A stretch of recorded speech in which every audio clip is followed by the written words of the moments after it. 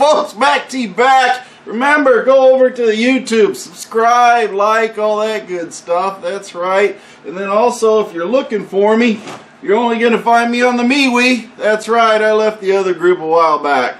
But it's still active, but if you really want to get a hold of me, you're going to have to join the MeWe, because that's where I'm at. 700 members strong, that's right, and it's growing.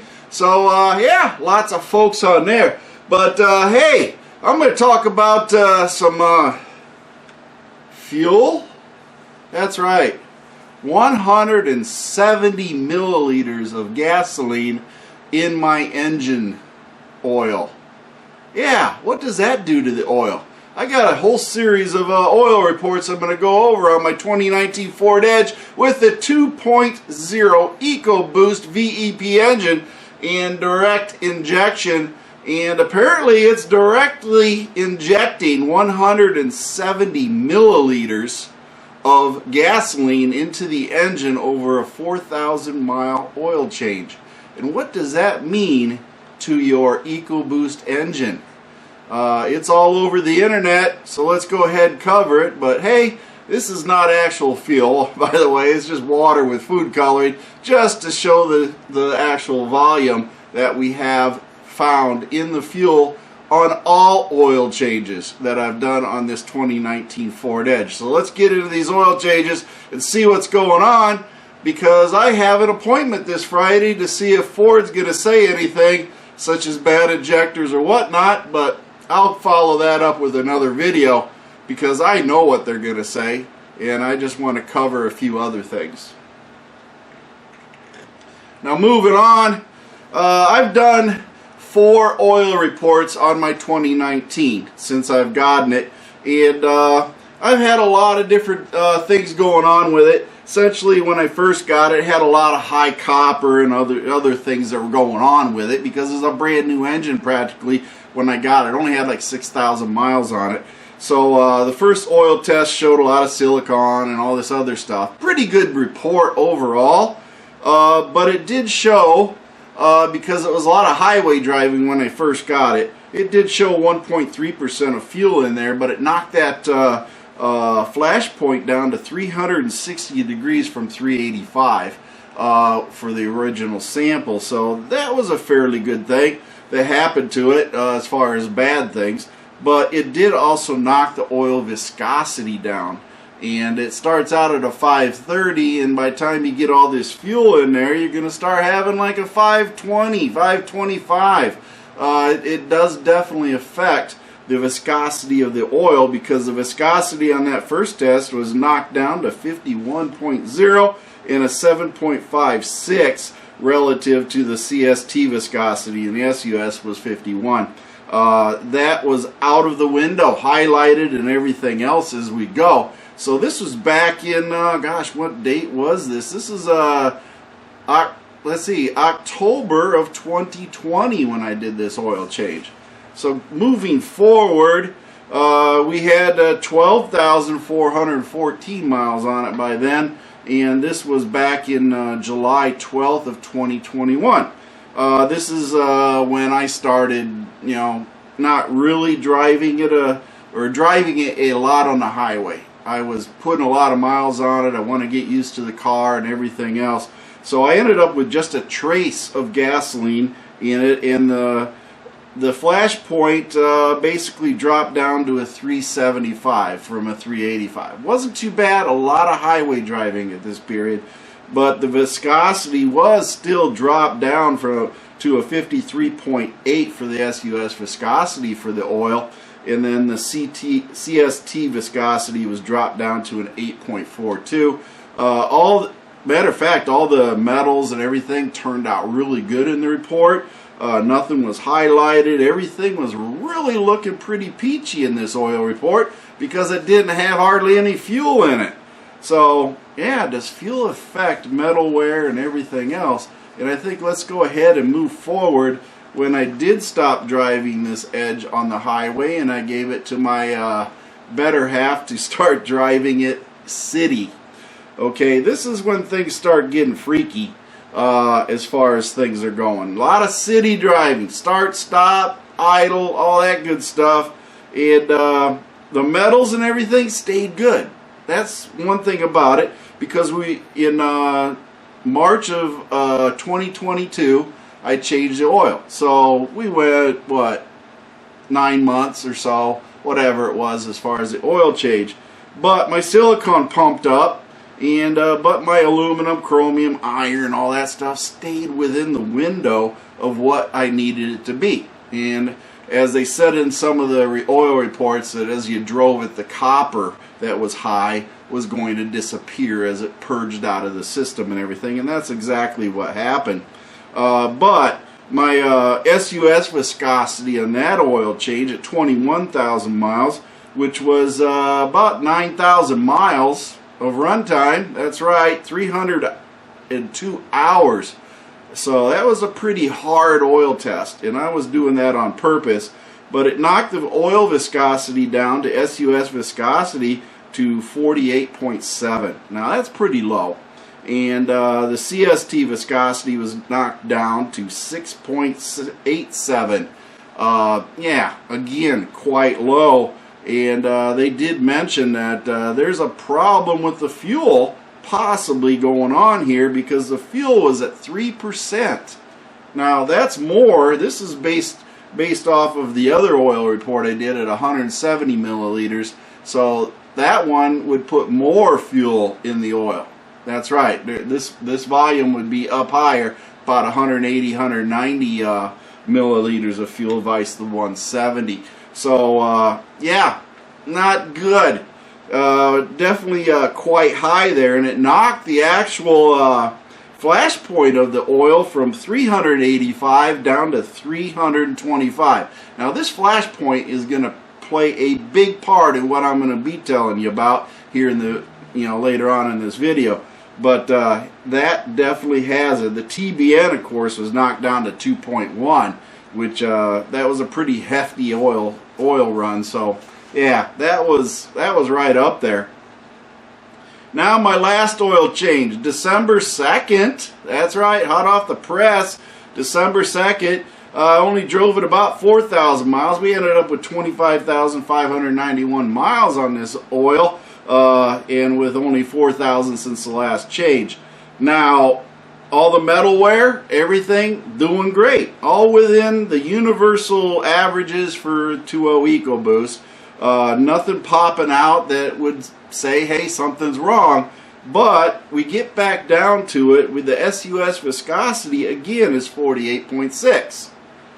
So it's still staying down, and they even mentioned that the gasoline had actually changed the viscosity, just like the previous one, down to the 5W20 range. And keep in mind, I filled it with 5W30.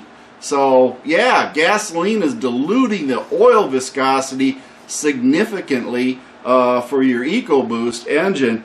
And then let's see, the CST viscosity was 6.84, again a doubling of those numbers. Still quite low, and the flash point was 330 degrees from the 385. So yeah, that is definitely affecting everything, and the TBN was dramatically affected. In 4,000 miles, the TBN had been knocked down to a 1.4. Now, that's telling me something. They even highlighted, and I can read this to you.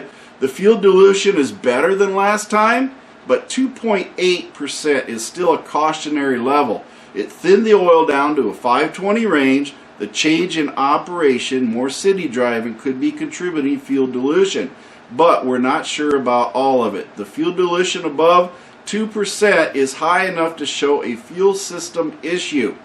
Continue monitoring for rising oil levels on the dipstick due to fuel, and if the fuel level isn't rising on the dipstick, resample at 4,000 miles for an update on fuel.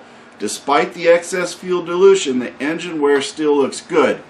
Time on this oil sample, 175 hours.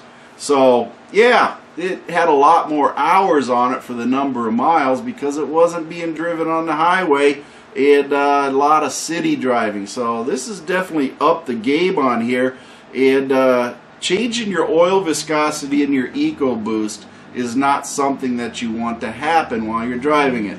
The primary oil I was running was the Triax Synergy SRT fully synthetic, 5W30. And it's hard to find that oil, so don't even try looking for it.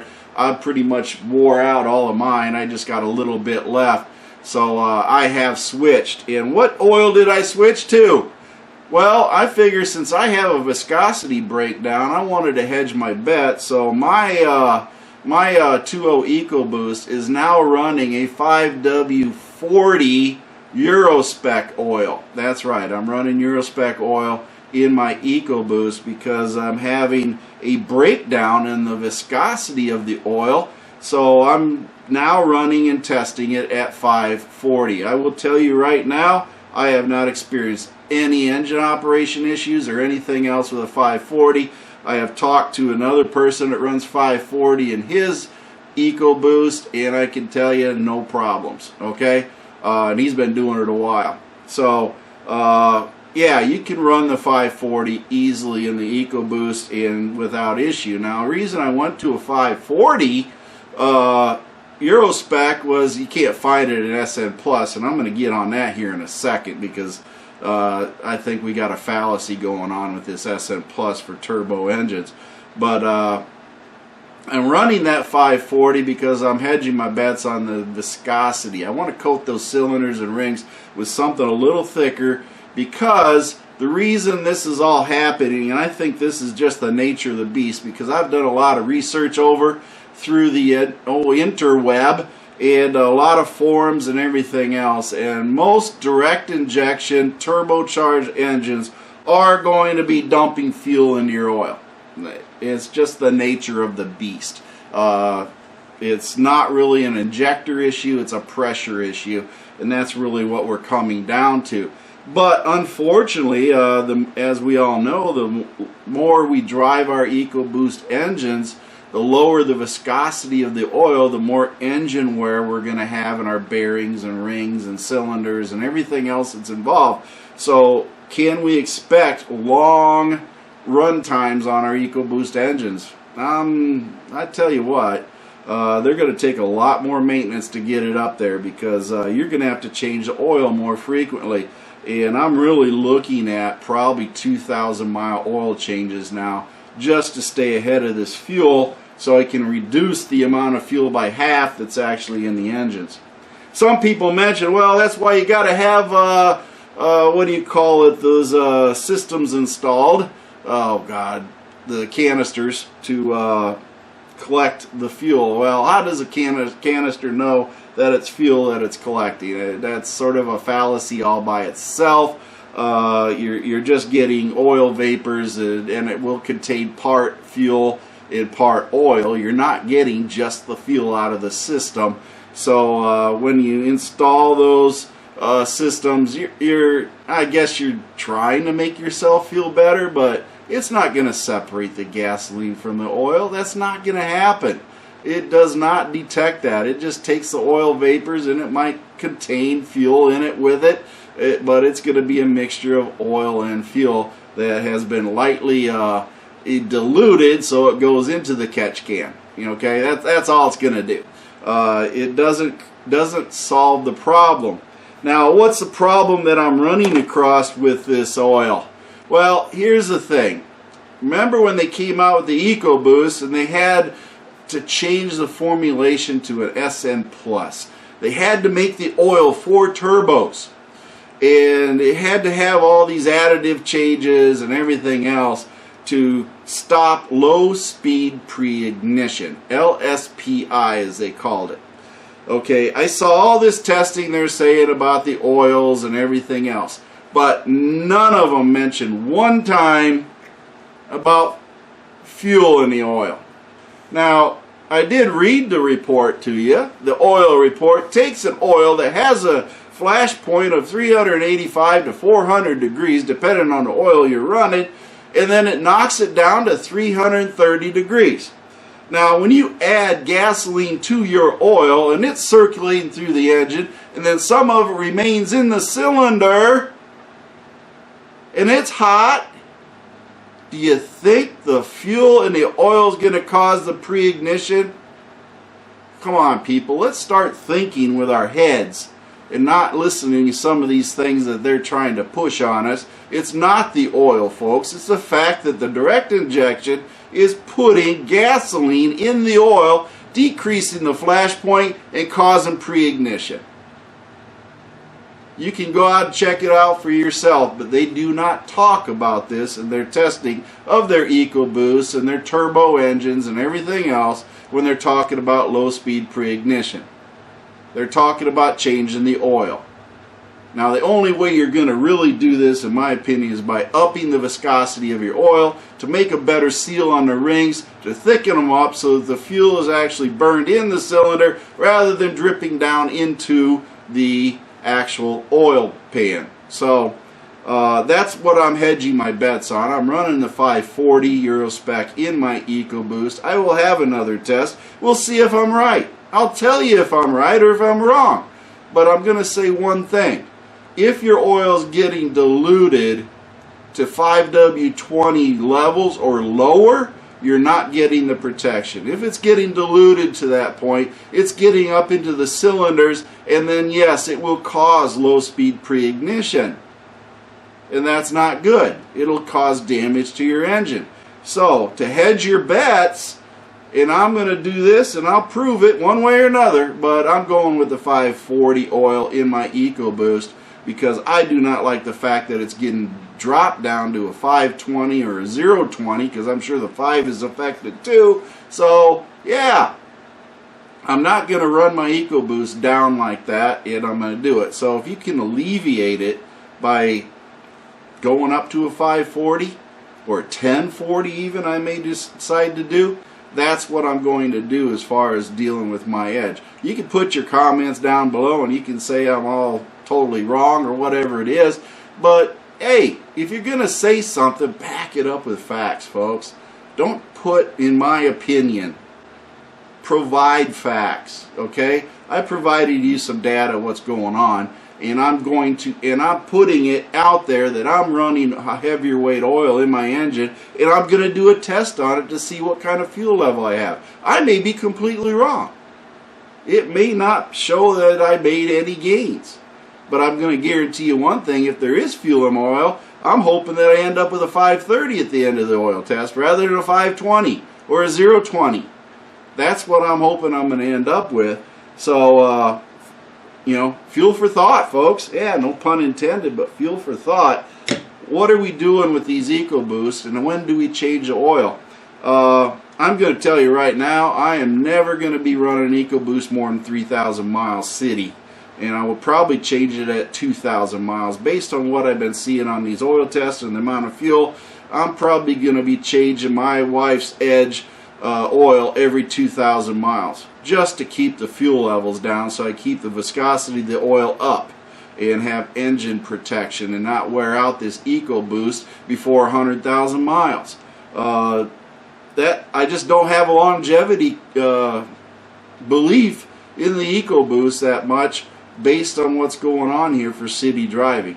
And that's why we're having all these problems with carbon and everything else, because the fuel is getting in the oil and getting ingested through the valves, and then we're ended up with a big mess. So that's my point in this whole thing. Like I said, put comments down below. You know, I know some of you are going to troll out on it or whatever the case may be, but you can't argue with the facts. And the fact is, there's fuel in the direct injection engines, and it's starting to fill up the oil pan with gasoline, and that's not good, no matter how you look at it. So anyway, I got a PTU gear lube change that I've done several times now, and that AAM PTU for my 2019. So I'll be putting a video out about that here later on this week, but so far it's looking good with that Redline lightweight shockproof in it.